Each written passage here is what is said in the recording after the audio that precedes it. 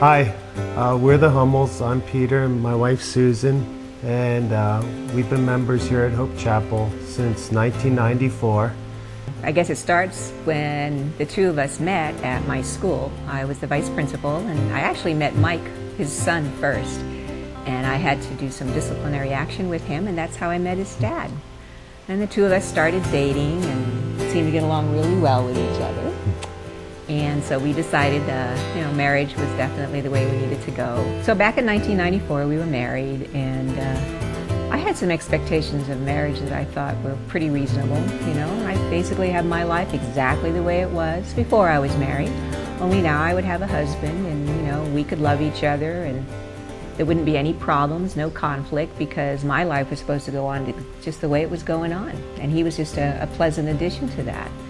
And it didn't take long for us to realize that having a new marriage and also a blended family, we both had two 12-year-olds, was not going to be quite as easy as we had anticipated.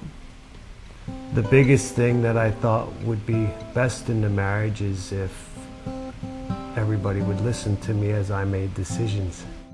The biggest thing for me was control, and the big D word, which was that Susan would disagree with the things that I wanted to do around the house, or with disciplining the children, or anything where I had to be vulnerable and give up control.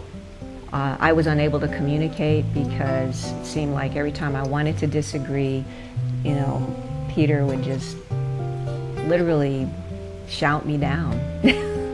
It just wasn't allowed to disagree because he would get angry, and of course I don't deal with confrontation really well, so I would just shut down. It had gotten to the point where I was miserable. I just was wondering, what happened. I thought I would have this wonderful married life, and it just turned out to be just what I felt to be a really bad decision, both for me and for my daughter. But what happened was Ralph was involved with us the whole way in terms of always caring about us, and that's one thing that we're always going to be grateful for, is that our pastor cared that much about us. So through that, he sent us to another really wonderful person, Al Kalama. And Al told us flat out, I love Al and Colleen so much, but they told us flat out, you guys, you got your last chance. You got to go to this series. It's called Love Life. And if you're going to make the commitment, you go to Love Life, and you're going to have to learn how to communicate. Because that was the whole point. We had to learn how to communicate. I can honestly say that the Lord knew me well enough that he knew it was going to take two strong men like that to get me started on the path of getting that help that I much needed. Where I knew I really loved my wife, I didn't know how to get help or how to accept help or even what to do with the help, but I just knew that I loved the Lord enough that I was willing to do what I had to do to salvage this marriage. I learned, and I think Peter learned too, that we had to put aside the me in the marriage and really work on the we. That marriage is we. It's two people, and it's two people coming together and giving everything they have to each other, to the marriage, but most importantly making sure that they have God in the middle of everything, that we love God first. And if we're going to honor God, then we have to then honor each other. That honor and respect has to be there. And then through that comes the love. So after a while I started realizing that if I treated, or if I reacted to Peter as if he was treating me the way I wanted to be treated, that I was happier. And even if he wasn't always treating me, how I felt I should be treated, I had to let go of expectations. But something interesting kind of happened with that, in that when I started being less stressed and less critical about everything that he was doing that I didn't like, and started ignoring and moving on, interesting. My husband actually started behaving, in a way that made me really want to stick around.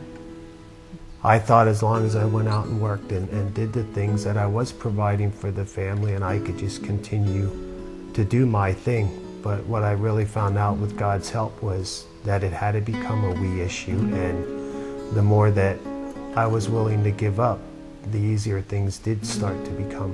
And what I'm finding out is Susan has a lot of really good ideas and a lot of good decisions, and I only wish I would have known that back in the beginning. But one thing is, it's never too late to acknowledge that and put it into practice.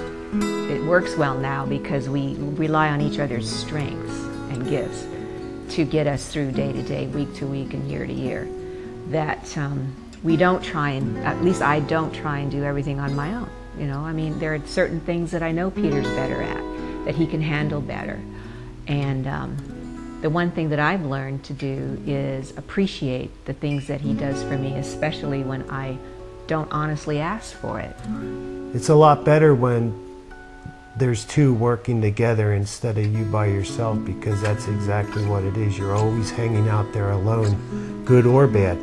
And with your wife and yourself making the decisions together, they may not be all the right, perfect decisions, but you know what? You both made them together, and you're both going to get through them together, whether they're positive or negative. You know, for us men, we just need to understand that we are the head of the household. And what that actually does mean is we can't expect our wife to submit to us. We have to give her a reason to want to follow us, and we have to give her a reason to want to be a part of whatever's going on. But we are expected, and we do need to set the tone. And it has to be a tone that is first off pleasing to the Lord. And in doing that, it's going to be pleasing to our wives, because they're walking and wanting to follow the same God as we are. So with that, I'd just like to encourage the men just to take that first step and just trust God.